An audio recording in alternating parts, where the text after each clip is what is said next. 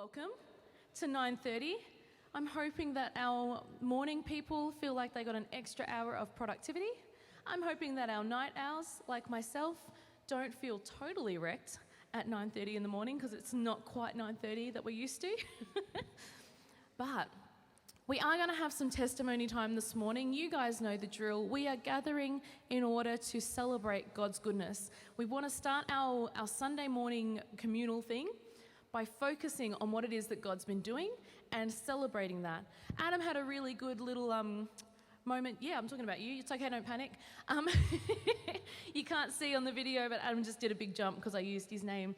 He was just talking about testimony being prophetic in that it's releasing something that we've already seen happen that God's done, but it's releasing it so that it can happen again. When we get up here and we talk about healing or we talk about breakthrough, we talk about things that God's already done, it gets exciting because one, he's done it, and two, if we're facing that battle personally, we have something to reflect on and remember and go, oh, remember when God did that thing?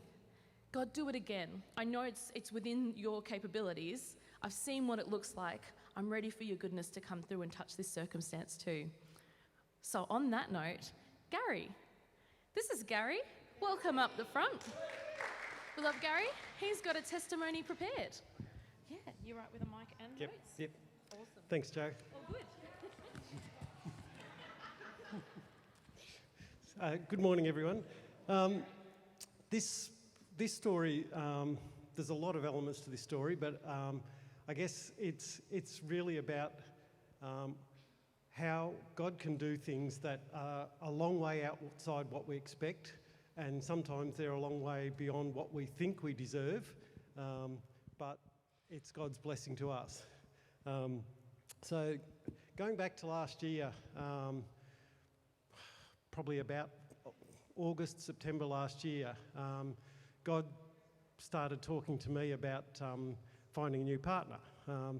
For those that don't know, my wife died from cancer 4 years ago, and I've been on my own since then, which was fine, and I was quite happy on my own and thinking that I was quite happy if that continued. But last year God talked to me about finding a new partner, and I sort of thought, yeah, maybe not, and anyway, sort of that progressed, and at that stage we were still in COVID, and I thought, well, how do you meet somebody during COVID? Because we're not even meeting at church or anything, not going out, we're stuck within our 5Ks, and God reminded me then that Nicolette and Stephen met on Christian Connection. So I joined Christian Connection, thought that's probably the only way, and sent off messages to a few people, and nothing happened for a while.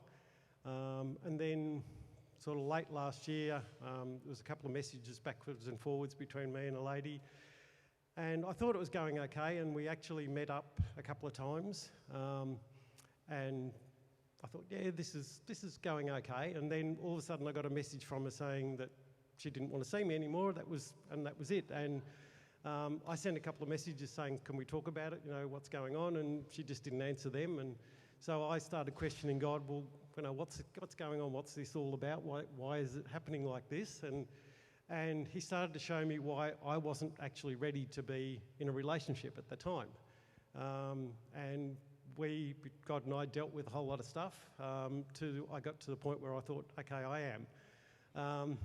And so anyway, I was looking through some profiles on Christian Connection on the 1st of February this year, and prior to that I had a rule that I wouldn't contact anyone interstate because that was just too complicated, and this particular night this profile sort of popped up, and I looked at it, and it was a lady in Hobart, and I thought, no, and I moved on, and then I went back to it, and I actually read through the whole profile, and I thought, I get this lady, she's like me. So I sent a message off to her, and it was probably actually more about the things she didn't say in her profile. Reading between the lines, I thought, yeah, I get this. So anyway, I sent a message off and thought, probably nothing will happen, and got a message back, and very quickly there was a lot of messages going backwards and forwards, and we were getting on really well really quickly, and which kind of surprised me a little bit, but I thought, yeah, this is good, and and then we had a couple of video chats and it was all going really well. And then we started talking about, well, we probably need to meet. So I organised to fly over to Hobart early March for a few days to meet her and see how things went from there. And then about a week before I was due to fly out, God woke me up in the middle of the night and gave me a vision. And in that vision, I was in a room and Jesus was sort of beside me in the room, but in the middle of the room was a big display case. And I couldn't quite see what was in the display case. It was sort of square and about this high. And as we walked closer to it, I could see in that display case there was a heart, a human heart with some hands holding it. And as we got there, Jesus took the heart out of the case and he was holding the heart in his hands. And he said to me, "This is Sharon's heart." Sharon is the lady, by the way. He said, "This is Sharon's heart and it is very precious to me, but if you are willing, I will give it into your care."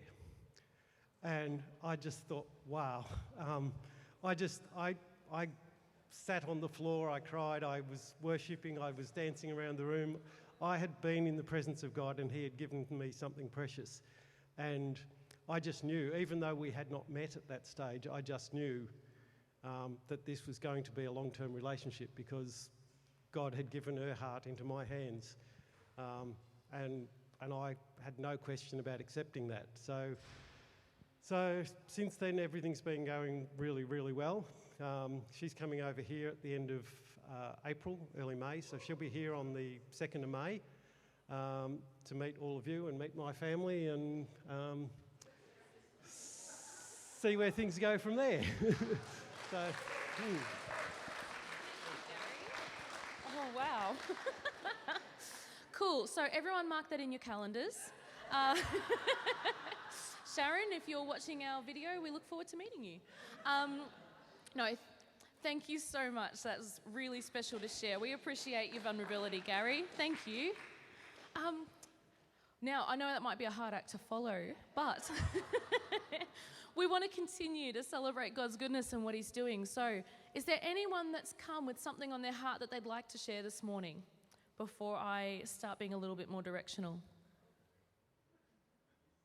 No one's saying anything? Robin's very tentatively putting up a hand.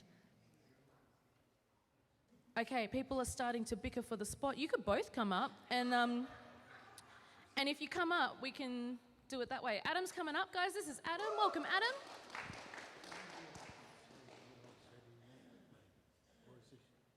If you'd like to. Adam was just thinking, because I mentioned before, if you came in a little bit late, that's okay. We were talking about some stuff that Adam was sharing in the other room, and Adam was just going to put his words on it and share what it is that he said in the other room. Thanks, Adam. Actually, this started last night at home on the couch. Was watching the TV, and all of a sudden, this has only ever happened to me a couple of times. And we were talking about what God does to you or through. This was a few weeks ago, that how God uses you and how he does things, what he does, so you can then.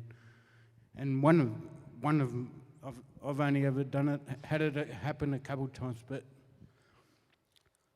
last night my left calf, my left leg started to burn, and it lasted all night and it's still going right now. But so that's why I'm feeling a bit short, and I'm roasting, and and I feel like either that could be a sign that someone has a physical injury in their left leg, or God's doing something through that.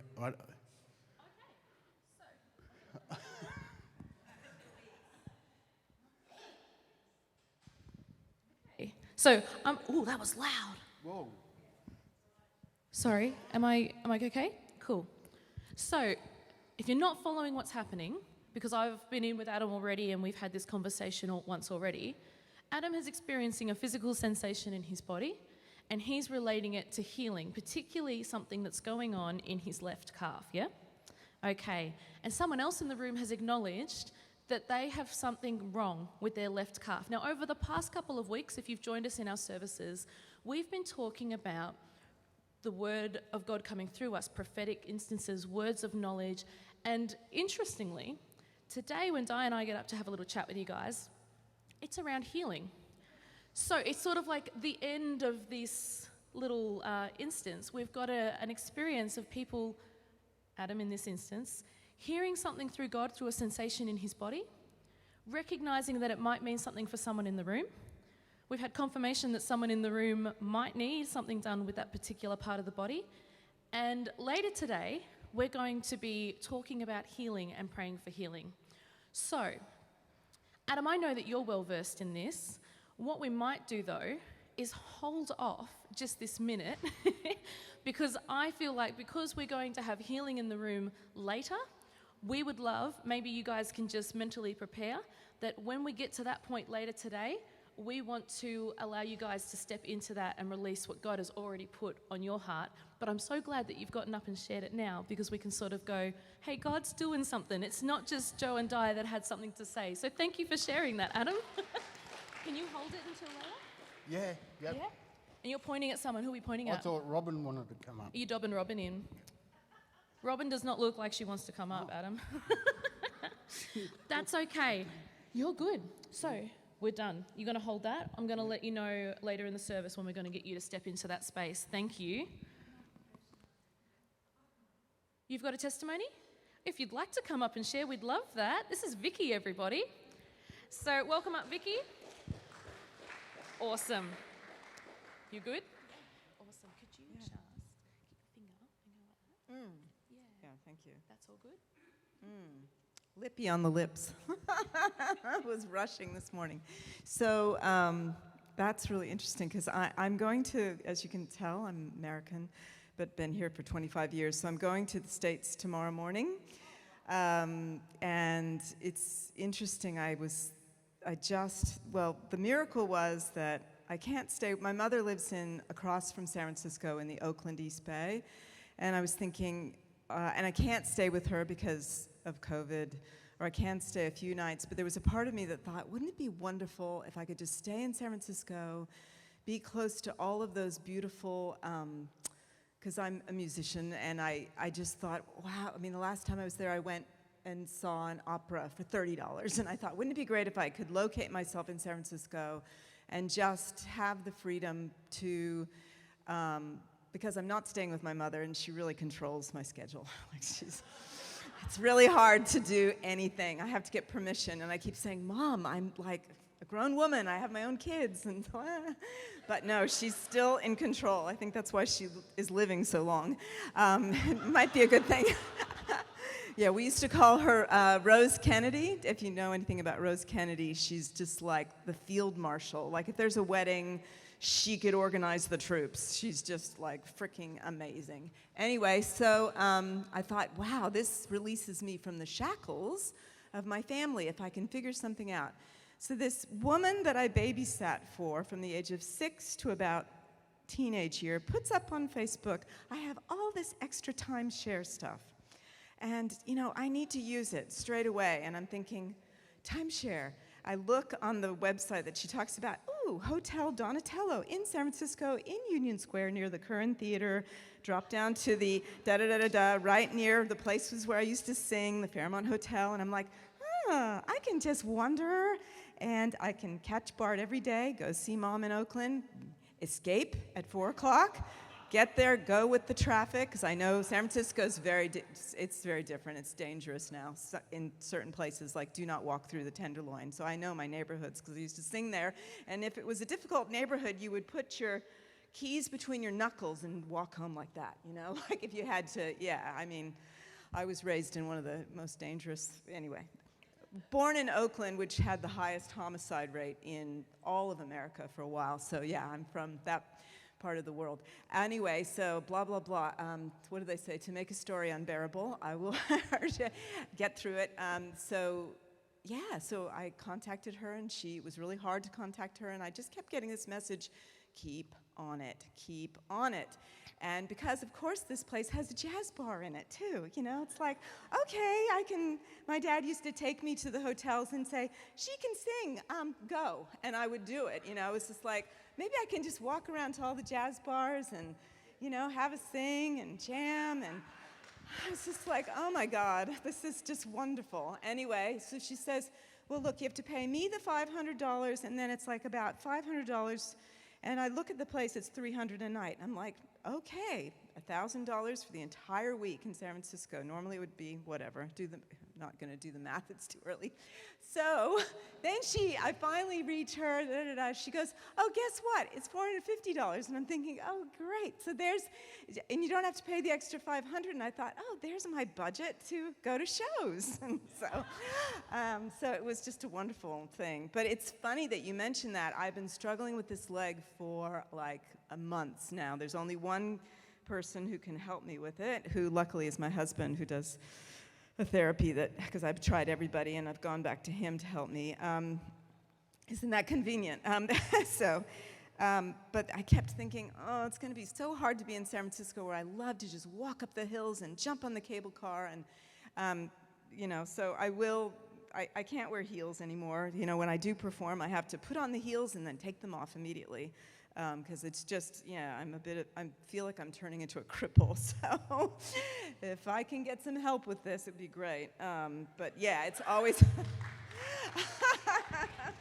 Anyway, that's enough. Okay. Thank you for that. Awesome. Now, I'm looking at the clock because it's 10 to 10, and what we normally do is break at 10 to 10. But what I'd love to do, as we're going to move into a bit of a community time before we have our worship team come up and lead us in worship, is I love looking for patterns. I don't know if you guys do that. The pattern I'm hearing this morning is just beautiful things that God's putting in place just for people's enjoyment. I think sometimes we look at God and we go, oh yeah, no, he's the dad that gives us what we need and nothing more.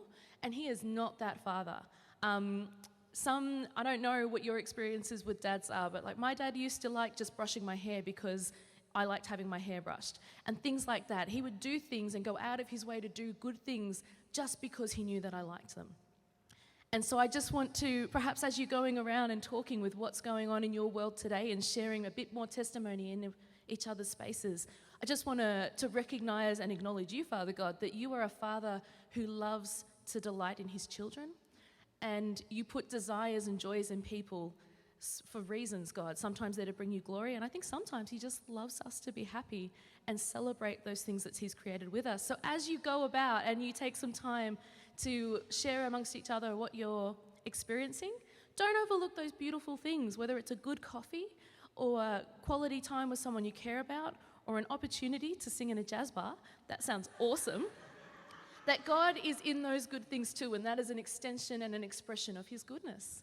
Awesome. So guys, you are free to mingle. Thank you. But Di is raising her hands because Joe forgot a very important announcement. The next 2 weeks, I remembered what the announcement was when you flailed. So next Sunday morning and the following Sunday morning, so we have our Grief and Gratitude Day next Sunday. The following Sunday is Easter. Now, those are going to be big days, and we know that everyone's got a lot on their plate. So testimony time will be having a break for those 2 weeks, and we'll resume after Easter. Sound good? Everyone's nodding. We're awesome. Mingle, guys. You're good. Thanks.